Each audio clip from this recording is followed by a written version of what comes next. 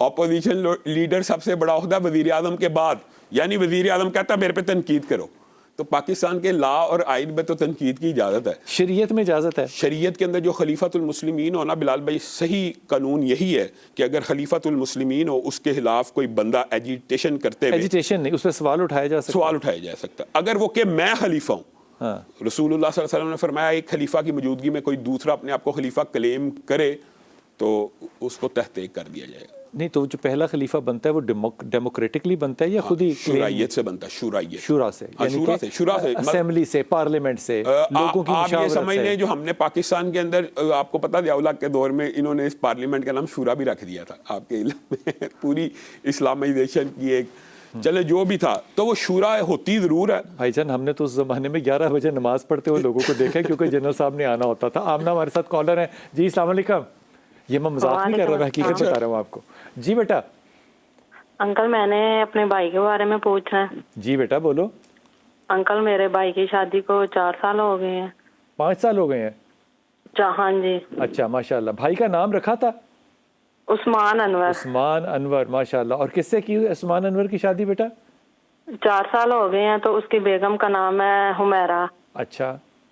تو انکل ان کی مطلب بچہ بھی کوئی نہیں ہے ابھی تک نا. اچھا.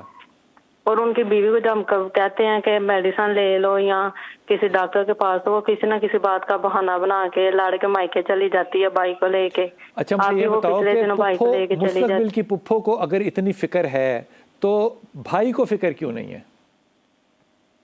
اس کے شوہر کو فکر کیوں نہیں ہے؟ یہی تو ہمیں سمجھ آ رہی کہ بھائی کو ہم جب کہتے ہیں میڈیسن کا تو وہ دونوں میاں بیوی اپنے سسر میکے چلے جاتی ہے بھائی کو لے کے، مہینہ 2 مہینے ادھر رہتی ہے. پھر ہم جب منا کے لاتے ہیں تو ادھر پھر مطلب تنگ بڑا کرتی ہے، کوئی بات ہو پھر میں جاؤں اس کو لے کے. اس کا یہی ہے کہ میں اس کو لے کے چلی جاؤں ادھر سے. آمنہ میرے پیارے بچے، بھائی کو اگر کوئی پرابلم نہیں ہے تو پپھو کو کیوں پرابلم ہے؟ مجھے یہ بتاؤ. انکل پھر ہمیں بچوں پپھوں کو تو ہوتی ہے کہ مطلب بھائی کے بچے ہو، ہمارے گھر میں بھی کوئی رونق ہو. بات تو تمہاری صحیح ہے، لیکن ایک سیکنڈ ٹھہرو ذرا، حافظ صاحب کو اس میں شامل کرتا ہوں. اگر شوہر کو ہی نہیں پرابلم اس میں تو پھر باقیوں کی کیا حد ہونی ویسے تو یہ بات جو آپ نے کی ہے یہ لاجیکلی درست ہے کہ میاں بیوی راضی تو کیا کرے گا قاضی.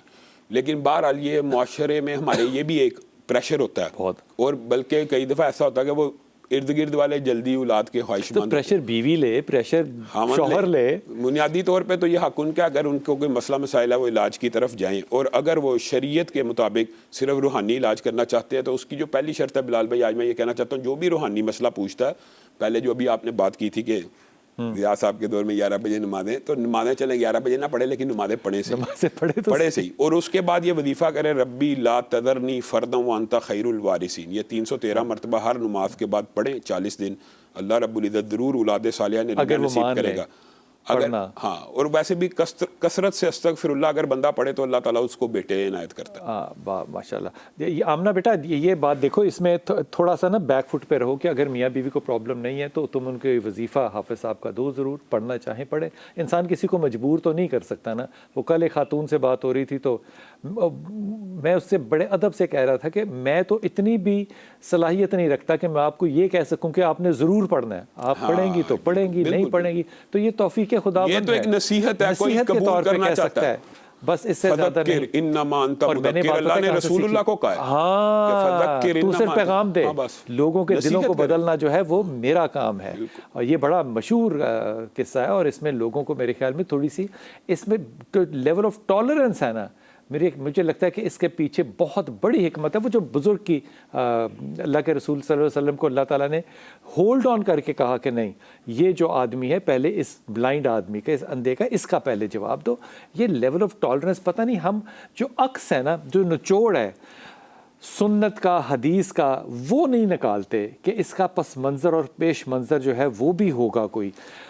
اس کی بنیادی وجہ تو میں یہ سمجھتا ہوں کہ ہم لوگ پڑھنے میں، ڈائریکٹ پڑھنے میں بہت نکمے ہیں. بلال بھائی ایک بات، یہ جو آپ نے بات کی ہے نا، یہ بھی ایک یہ سٹیجز بھی ہوتی ہیں. بالکل، نصیحت کی بھی کچھ سٹیجز ہیں، لیکن اگر آپ کے پاس حقیقی قوت نافذہ ہو نا تو پھر رسول اللہ کی دوسری حدیث بھی ہے کہ پھر آپ زبان سے نافذ بھی کر سکتے ہیں. مثلا میرا بیٹا ہے, پھر آپ تلوار سے نافذ بھی کر سکتے میں یہ کہہ رہا ہوں کہ جب قوت نافذہ موجود ہو نا, یہ مختلف اس کے سٹیجز لیے آپ ہوتی کو ہے. ریاست اسلامی بنانی پڑے گی. ریاست بھی چھوڑے, قوت نافذہ ضروری نہیں ریاست میں ہو. آپ کی اگر بیوی آپ کی فرما بردار ہے, بچے فرما بردار ہیں, آپ کے پاس قوت نافذہ موجود ہے, بہت اچھی بات, آپ کے پاس موجود ہے, آپ اپنے بیٹے کو حکم کر سکتے ہیں بیٹا نماز پڑھو.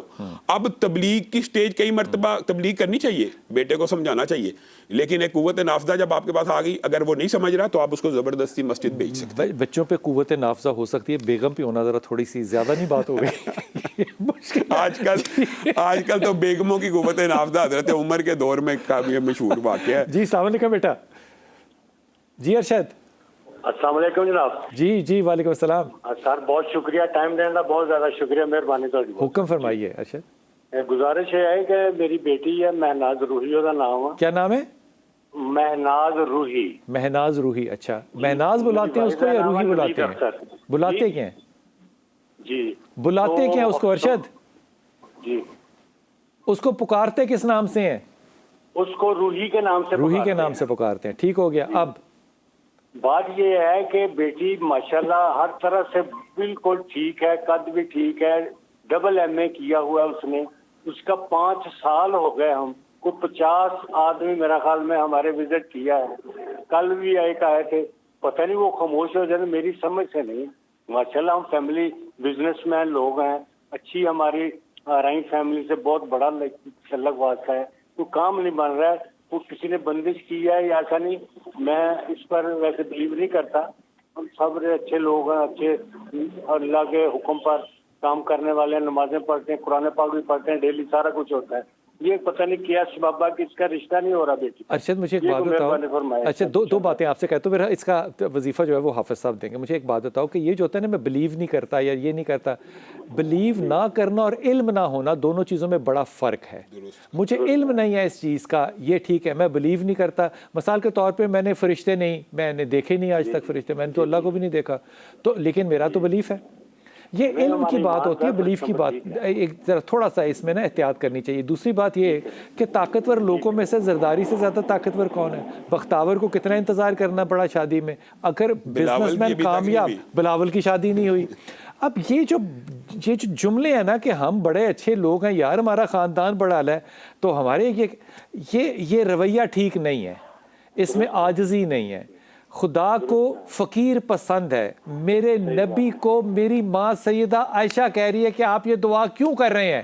میرا رسول کہتے ہیں تم نہیں چاہتی کہ میں حساب والے دن 40 برس پہلے بے حساب جنت میں چلا جاؤں؟ یہ تھوڑی سی نسبتوں کا احتیاط کرنا چاہیے. اللہ تعالیٰ کی کسی بھی خدا نخواستہ جملے پہ پکڑ ہو جاتی ہے.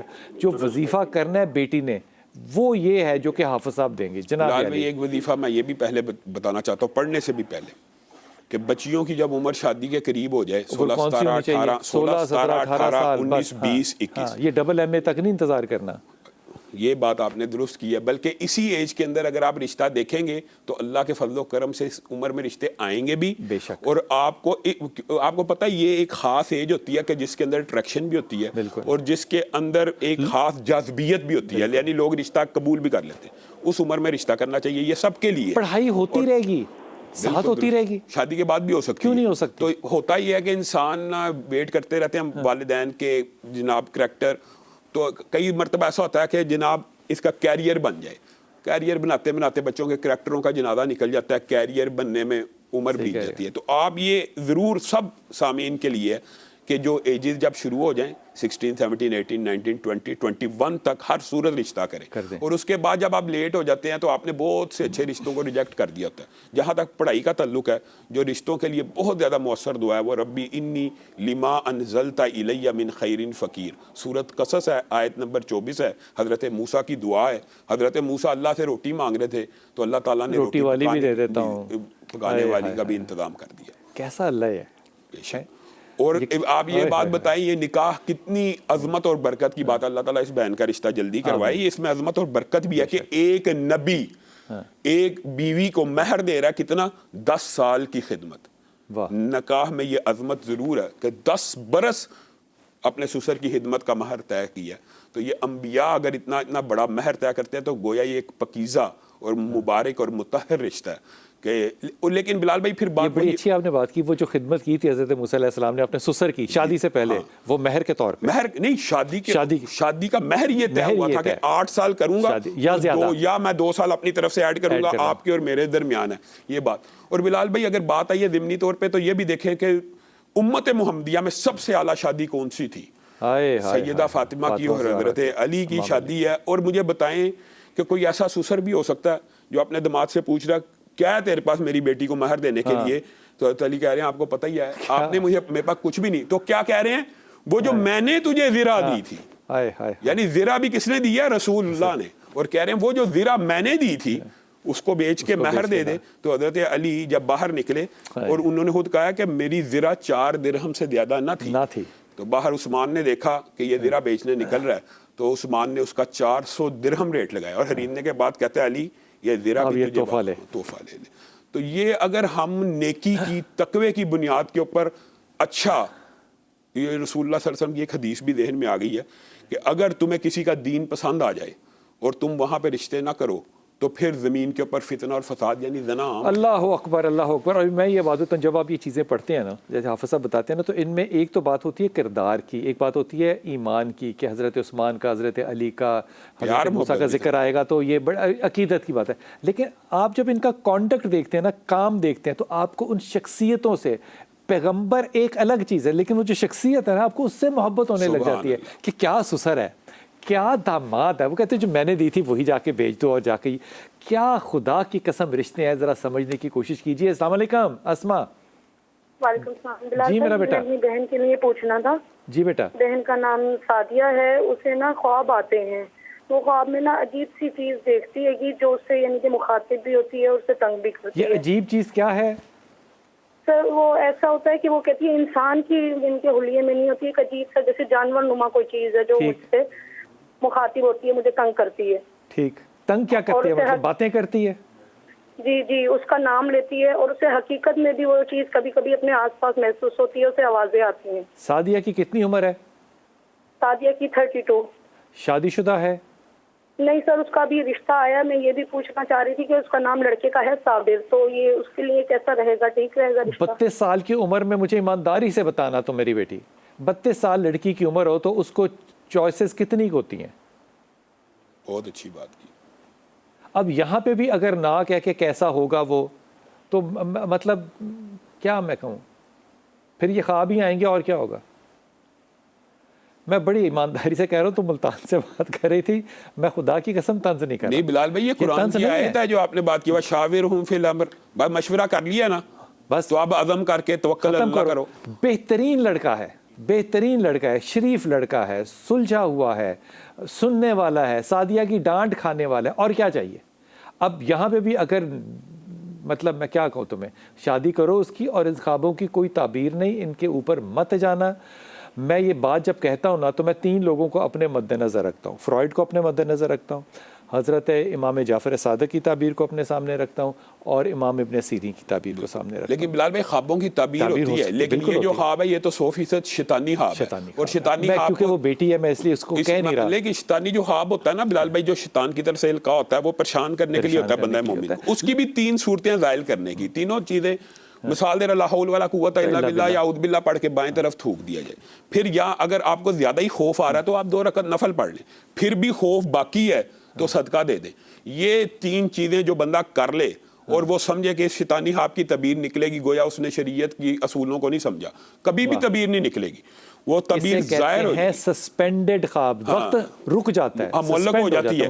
ہاں لیکن جو خواب اچھے ہوتے ہیں، کئی مرتبہ انسان کو اس کا پتہ نہیں لگتا کہ یہ اچھا یا برا ہے، وہ ضرور معبر سے پوچھ لینے چاہیے، مشورہ لینا ہے معبر سے. ہاں جو خوابوں کی تعبیر کا علم جانتا ہے اس سے اور آپ کا محسن ہو، تاکہ اگر بری خواب ہو تو وہ اس کی تعبیر نہ بتائے. یہ آپ نے بالکل 100% درست بات کیا، کیونکہ کئی مرتبہ تعبیر جلدی سے نکال دینے سے بھی تعبیر تیزی سے آسمان کی طرف جاتی ہے. یہ جو بات ہے نا، یہ آپ کا خیال ہوگا کہ یہ کوئی فلسفے کی بات ہو رہی ہے، یہ فلسفے کی بات نہیں ہے. یہ رسول اللہ صلی اللہ علیہ وسلم نے کہا تھا کہ کئی مرتبہ انسان کی نظر اونٹ کو ہنڈیا تک پہنچا دیتی ہے، اگر نظر پہنچا دیتی تو الفاظ نہیں پہنچا سکتے. چھوٹا سا وقفہ لے کے واپس آتے ہیں ابھی، اور یہ جو خوابوں کی تعبیر ہے اس کے اوپر 2 جملے کہوں گا، واپس آئیے.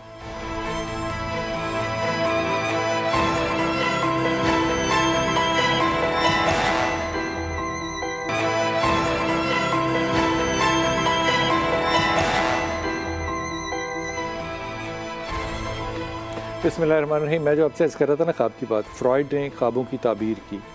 فرائڈ ویانا میں رہتا تھا. اب وہاں پہ آبادی بہت کم تھی، لیکن اس کے باوجود اس نے جو کیس اسٹڈیز کی اور ان کی ڈٹرمنیشن کی، آپ کو حیرت اس بات کی نہیں ہوگی کہ اس نے کبھی امام جعفر صادق کو نہیں پڑھا ہوگا، اس نے کبھی امام ابن سیری کو نہیں پڑھا ہوگا، لیکن پھر بھی ان تینوں کی جو ڈیفینیشنز اور جو سمبولوجی اور سائنولوجی، یعنی کہ اشارے جو ہوتے ہیں ان کی جو انٹرپریٹیشن کا طریقہ ہوتا ہے وہ ایک ہی ہے برابر.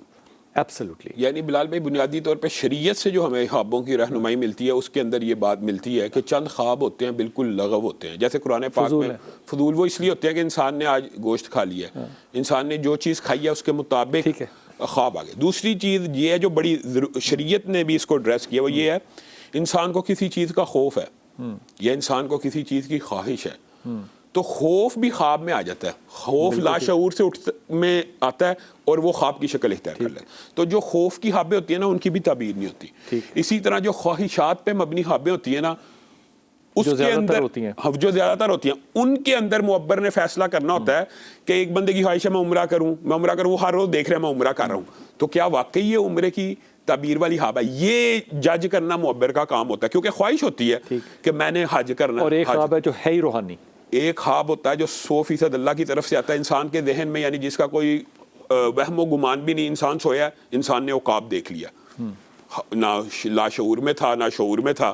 وہ ایک خواب، اس کے جو سائنز ہیں نا، جو اس کے سمبلز ہیں وہ بالکل مختلف ہوتے ہیں. اور ایک خواب بلال بھائی 100% شیطانی بھی ہوتی ہے، جو مثلا انسان کو خواب میں بالعموم اگر بات آئی ہے ضمنی طور پہ تو بالعموم یہ جو خواب آتی ہے نا، یہ میں بتانا اس لیے بھی چاہتا ہوں 100% شیطانی خواب ہوتی ہے کہ میری وائف کسی سے غلط باتیں کر رہی ہے یا اپنے جو محرم رشتے ہیں وہ کسی اور سے.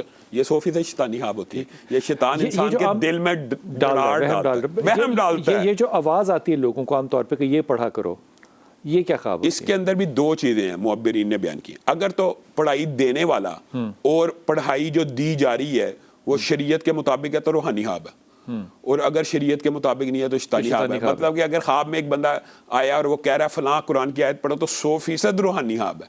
اس کے اندر کوئی لیکن ایک بندہ خواب میں آیا اور وہ آ کے کہہ رہا ہے اپنے گھر کے چاروں طرف کیل ٹھونک دو، یہ 100% شیطانی خواب ہے. اس سے جج ہو جاتا ہے. یہ جملہ آیا تھا جو میں نہیں کرنا. جی السلام علیکم گجرا والا. جی بیٹے. جی زمان فرمائیے. میں نے 2-3 باتیں کرنی تھی. آواز سمجھ نہیں آ رہی بیٹا، سوری. آپ دوبارہ سے کہیے کیا کہہ رہے ہیں. میں اپنے بہنوں کے بارے میں پوچھنا تھا سر، ہم سے رشتے ہیں. بھائی قسم لے لو اگر تمہارا ایک بھی جملہ سمجھ میں آ رہا ہو سوائے اس کے کہ پتہ چل رہا ہے کہ تم باتیں کر رہے ہو، تم یا ہینڈ فری اتار دو یا اسپیکر سے بند کر دو یا باہر آ جاؤ، کچھ کرو.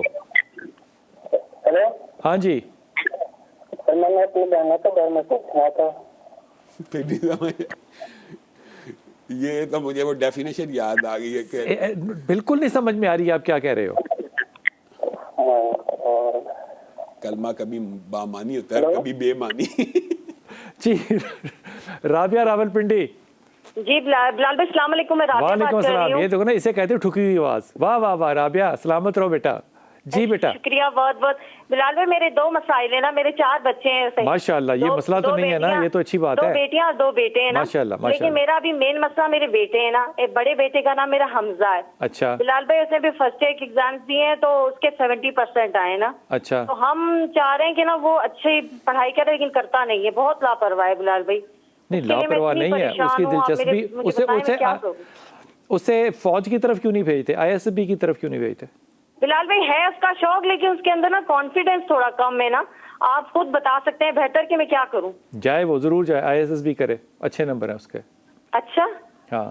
اور دوسرا بیٹا ہے میرا حسان، وہ ابھی 7 پڑھ رہا ہے. اس کے لیے میں چاہتی ہوں کہ وہ پائلٹ بنے نا، تو کیا کہیں گے آپ؟ میں اس کو تیاری کرواؤں؟ بحثیت ماں جو ہوتا ہے نا، بحثیت ماں جب 7ویں کلاس کا بچہ ہے تو میں یہ چاہتی ہوں، پہلے تو مجھے یہی جملہ جو ہے نا رابعہ بڑا برا لگتا ہے کہ میں یہ چاہت صرف اللہ کی ہو سکتی.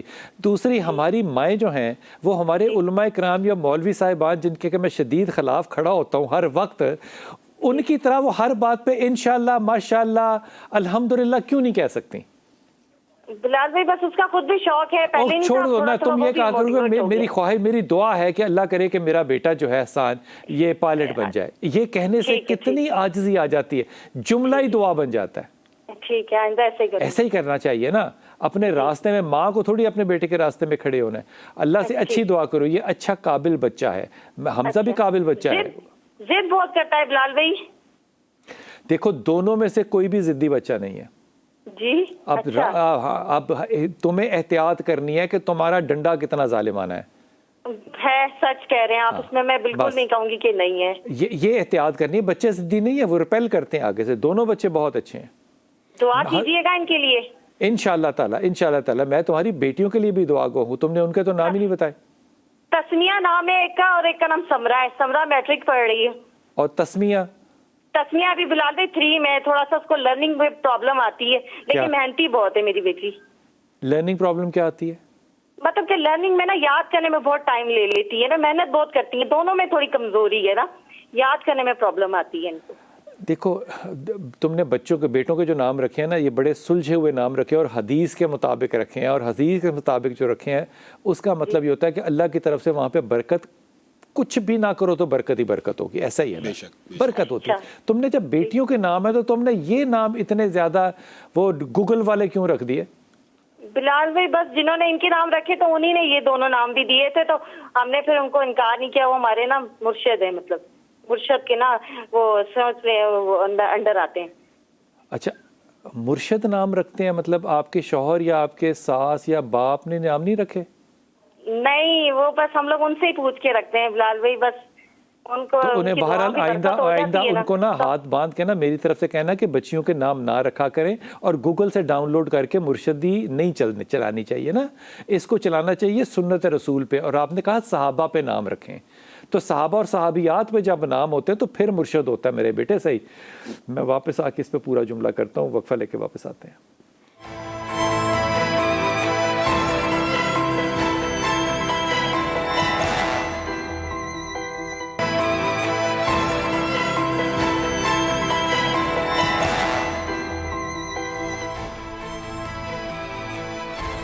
بسم اللہ الرحمن الرحیم. حافظ جی، جو بچوں کے نام سے بات ہو رہی تھی، حمزہ اور حسان کی بات ہو رہی تھی، پہلے تو تعلیم کے حوالے سے بتا دیں کہ اگر بچوں کی تعلیم کے لیے اچھا کرنا ہو تو کیا وظیفہ کریں؟ بلال بھائی بنیادی طور پہ میں یہ سمجھتا ہوں کہ آج بچوں کی تعلیم کے لیے ماں باپ کو فکر مند ہونا چاہیے. بالکل.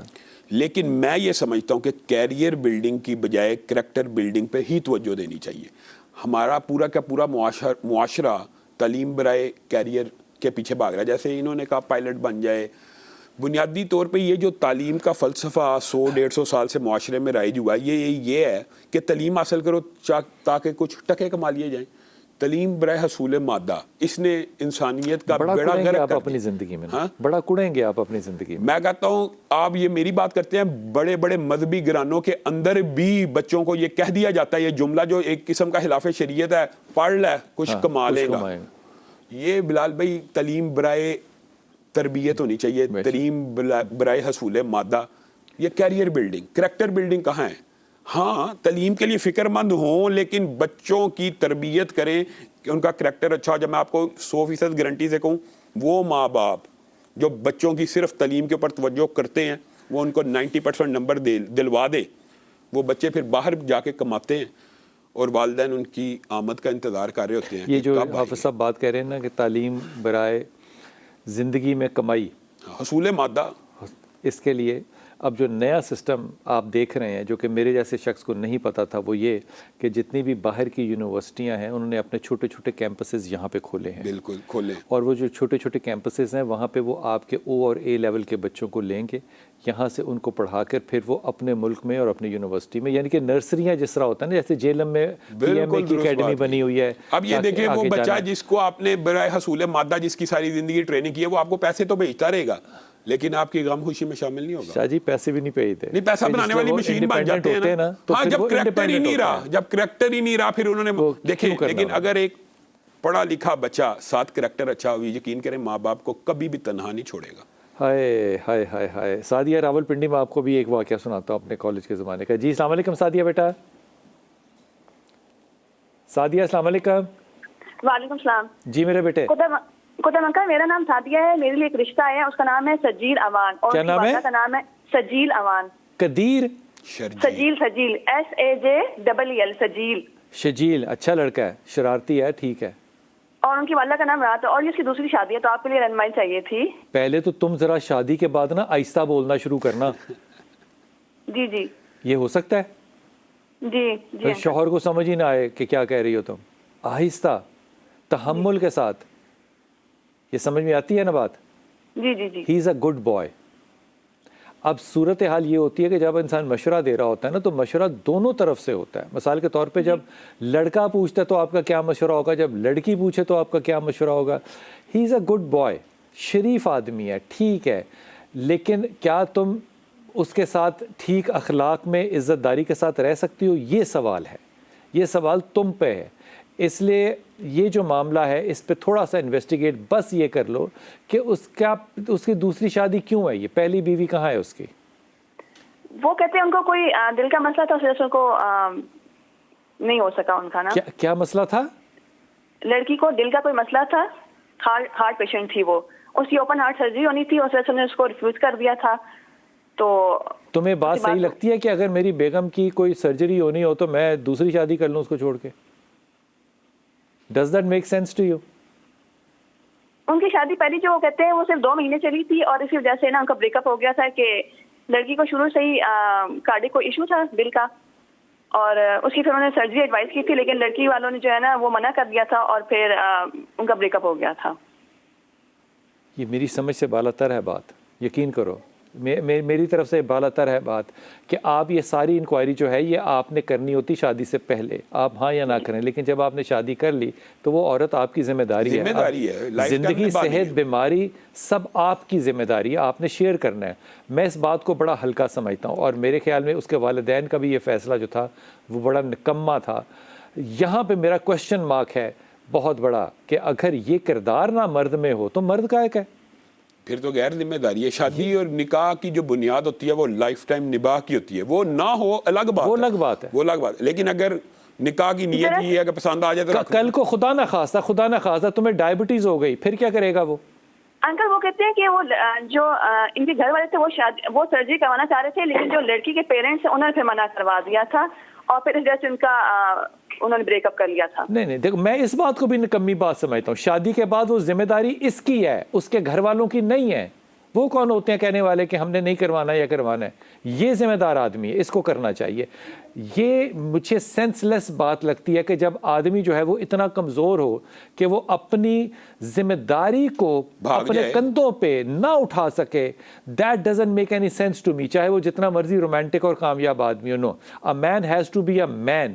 اگر یہ مجھے, حالانکہ میں سمجھتا ہوں کہ وہ اچھا بچہ ہے, لیکن مجھے بات بالکل سمجھ میں نہیں آئی کہ وہ اپنی ذمہ داری کو اپنے ان لاز پہ کیوں ڈال رہا ہے. بالکل یہ بات ٹھیک نہیں. بلال بھائی, بنیادی طور پہ جو نکاح کا جو فلسفہ ہے اور جو آپ کہہ لیں کہ جو مغرب کا فلسفہ, اس میں بنیادی طور پہ شریعت کا یہی فرق ہے. نکاح کے اندر ذمہ داری ہے بیوی تاحیات, لیکن مغرب میں گرل فرینڈ تاحیات ذمہ داری نہیں ہے. حضور اقدس, میں میری پیاری بچی, میں اس بارے میں تمہیں وارن کروں گا کہ تم تھوڑا سا بیک فٹ پہ جا کے کھیلو. یہ معاملہ ٹھیک نہیں ہے. حالانکہ میں نے تمہیں کہا کہ ہی از اے گڈ بوائے, لیکن یہ ذمہ داری اگر ایک مرد کے اندر نہ ہو تو ایز اے وومن تمہیں بہت ہی کیئرفل رہنا پڑے گا. انشاءاللہ کل ہوگی آپ سے ملاقات. السلام علیکم ورحمۃ اللہ وبرکاتہ.